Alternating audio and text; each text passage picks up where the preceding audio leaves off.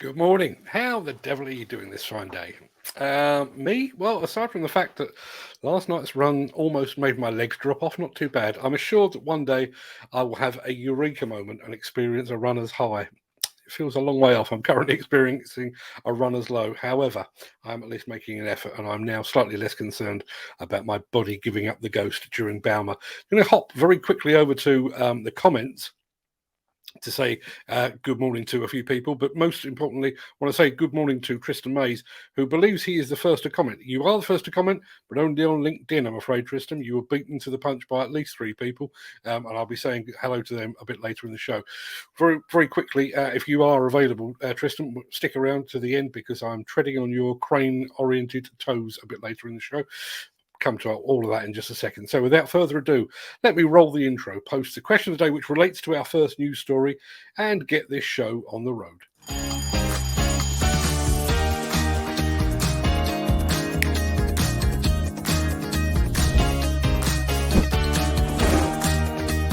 Welcome to the Breakfast Show. I'm your host, Mark Anthony.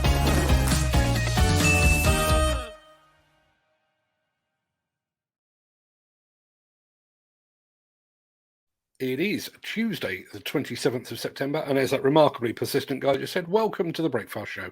I am your host, Mark Anthony. In today's show, automation could cost the construction industry more than 500,000 jobs. We're going to revisit the Boardman blast. We have an awesome new short film from the fine folks at MB Crusher. Plus, Liebherr goes unplugged to show a possible power of the future. And we'll get to all of that in just a second. But first, let's see who among the rich and the shameless will be celebrating a birthday on this day of days. Happy birthday!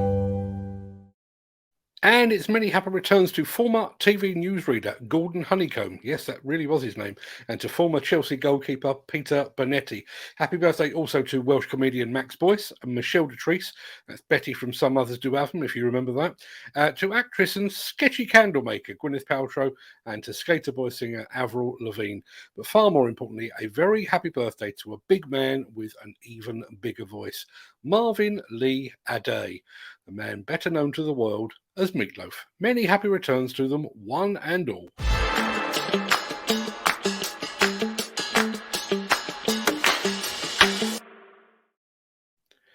A new report published by Arden University suggests that the construction sector is about to lose 567,670 jobs to automation and technological advances in the workplace. That's 567,670 because I screwed it up the first time.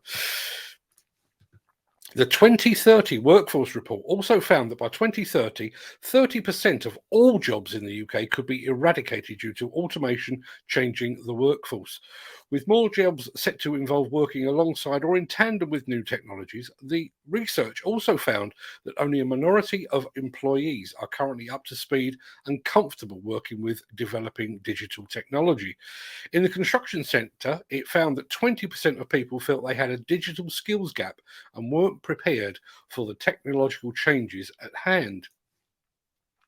Commenting on this, Carl Ligo, the CEO and Vice Chancellor of Arden University, says, as automation begins to play a greater role in economic production, it will disrupt these industries the most significantly, with the effects being felt across society and the nation's economy. Upskilling is most urgent, particularly for the employees who do not have digital skills to prepare them for the evolving jobs of the future. It's now up to the education institutions to ensure they are teaching and preparing the next generation for the jobs of the future and not solely for the jobs of today. The pandemic has magnified this shift with the rise of home working and online socializing. Yet, whilst most of the population becomes ever more proficient, for some, a lack of technological proficiency risks them being left behind. As digital technology plays a more prominent role in most jobs and more employees work alongside tech, basic digital literacy will become an essential skill on a par with reading and writing. As more jobs require digital skills, upskilling the population is a key priority. It is without a doubt that also automation will result in a foundational change to the landscape of work. Higher education institutions now have a very important job to do to ensure that the nation is ready and prepared for the jobs of the future. Carl Ligo concludes, all of which should make for very interesting reading after the show. And I am going to trigger the question of the day now because I pressed the wrong button before. So let's have a chat about that. Let me get rid of that. We'll have a chat about that in the after show chat.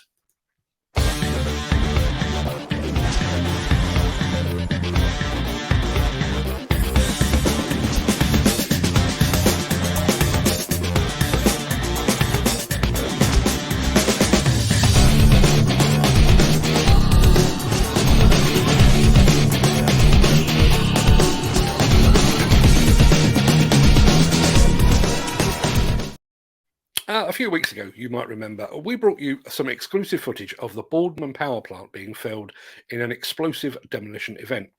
In our haste to bring you this news while it was still fresh, we had to use some pretty raw and amateur footage. But now the dust has settled, we can bring you something far, far better.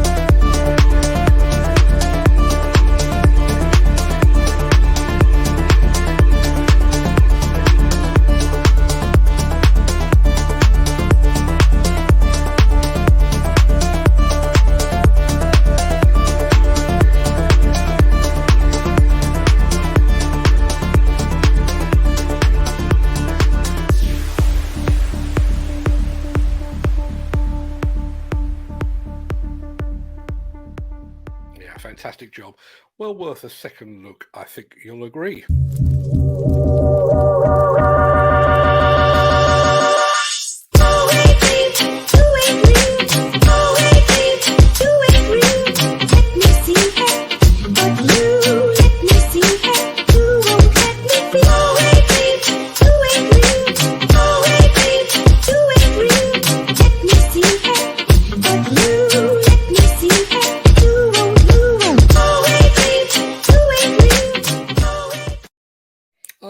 Appearances may suggest otherwise, but we don't throw this show together, you know. And from a Lighthouse Club advert to the Lighthouse Club in action. If you were here yesterday, you will know that I was scheduled to interview the Lighthouse Club's head, Bill Hill. The full interview actually runs to about 20 minutes or so, and we're still working on the editing of the full-length film. But I thought I might offer you a small taste, amuse-bouche, if you will.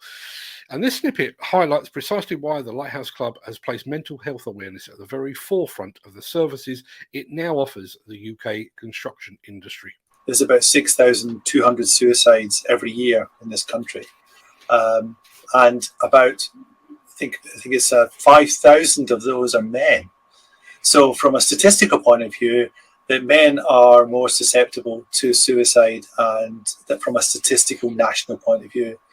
If you then put that statistic against the industry as a whole, is dominated 87% men. So from a pure mathematical point of view, there's going to be more men in our industry who take their own lives. But then if you put on top of that the fact that the 53% of agency staff, self-employed or on zero-hour contracts, some of the extra pressures within the industry are extremely high. They're working away from home, often on large pressurized projects, also on, not away from home, you're away from your family and friendship groups. Sometimes you've got a whole mixture of religion and language, etc. on a site, which makes it difficult. The diet, when you're away from home, is not often wonderful. Sometimes you're susceptible to alcohol and even drugs away from home as well. So gambling is another issue. And the worst possible scenario is you're away from home, you're earning good money, but because the situation you're in, you're doing a bit of gambling, and then suddenly you're coming back home and you're supposed to be the big hero coming back home with a big pay packet to see the family good for the next term, and you've gambled it away. Yeah, it was really good of Bill to give us so much time yesterday, particularly as he was clearly on a space station somewhere on the outskirts of the Crab Nebula. No idea why. We'll be bringing you the full-length video and audio version of that interview in the next day or two. The Miller GT series heralds a new era of unrivaled power and cutting-edge intelligent coupler technology, increasing job site safety, machine versatility, and productivity. It's the added versatility that you need at the value you can afford. To find out more, visit millergroundbreaking.com. Our friends over at MB Crusher have just sent us a new short film that features one of their grapples in the demolition action in their native Italy. The film really requires no further introduction, so here we go.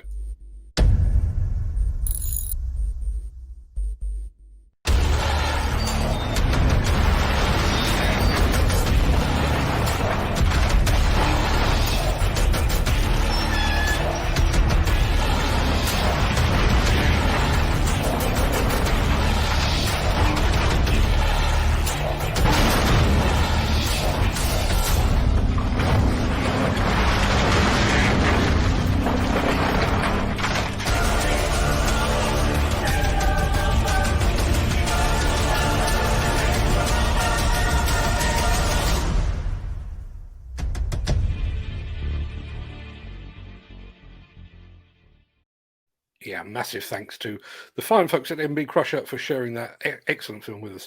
I'm looking forward to catching up with them at Bauma 2022.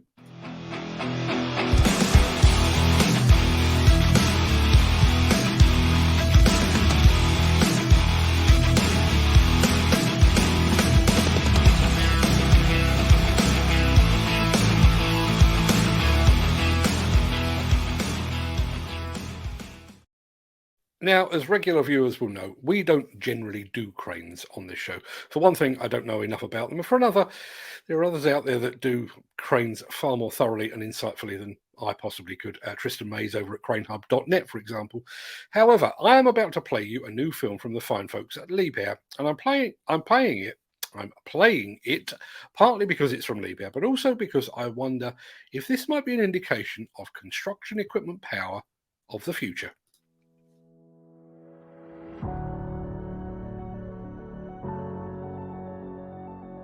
What comes to my mind when Liebherr unplugged? Wow, a crawler crane that can drive without being plugged in, fully battery powered and able to operate for 8 to 10 hours a day. That's incredible. That's what comes to my mind.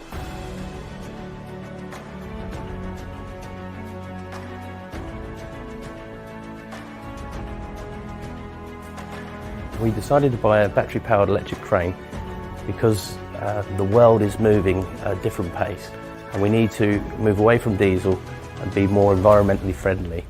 And we was very excited when we come out and see that Liebherr had a battery solution to a crawler crane.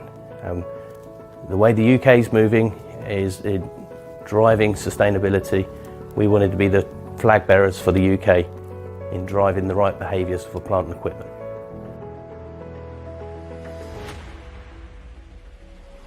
I'm Amy Jacobs, crawler crane operator at Old Oak Common HS2, operating the LR 1160 unplugged.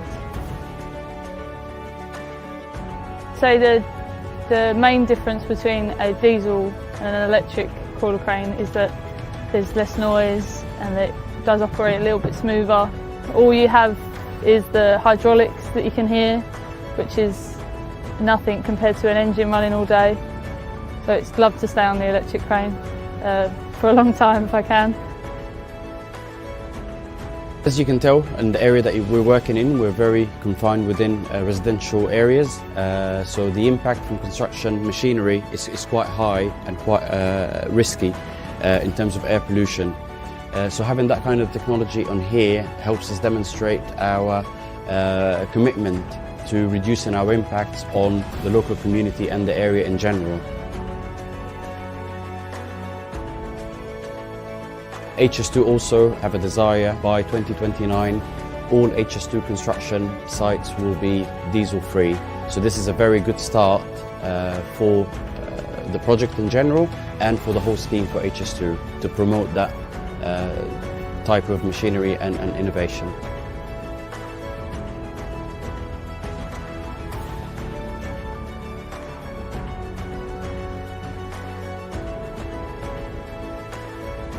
I think my advice would be for other contractors in the world who are interested in dabbling in the electric cranes is to try it.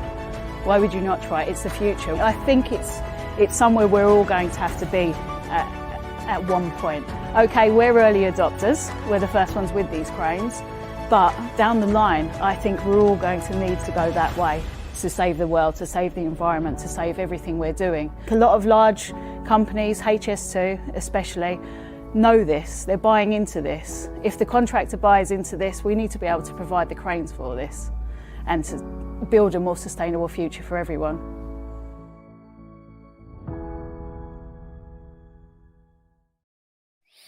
Yeah, absolutely. Hats off to Liebherr for a fantastic film, and hats off even more for some fantastic technology and innovation right there. Sorry to interrupt the guy with the funny glasses, but if you're enjoying this video, please hit the like button as it helps our channel. Or, better still, share this video with a friend or a colleague. Thank you. Right, back to Beardy. Right, that pretty much wraps up the main part of this morning's show. But before I go, I just wanted to give you a very quick heads up. Neil Edwards of the Builders Conference will be here on Thursday to look back over the construction contract awards of the past month. I looked first thing this morning, and the BC Live League table was still about £700 million short of the usual £4 billion baseline. However, there is a lot of talk in the industry at the moment of a mammoth £4 billion framework won by Balfour Beatty. Assuming that contract award satisfies the researchers at Builders Conference, maybe that shortfall could be more than filled. But you'll have to tune in on Thursday to find out. I'm going to roll the outro in just a second before leaping gazelle-like over into the chat to see what you're all saying today. If you can't stick around, then please stay safe, look after yourself, your family, your friends and your colleagues. Have a great day, and thanks for watching. But if you have the time and the inclination, I'll see you after this.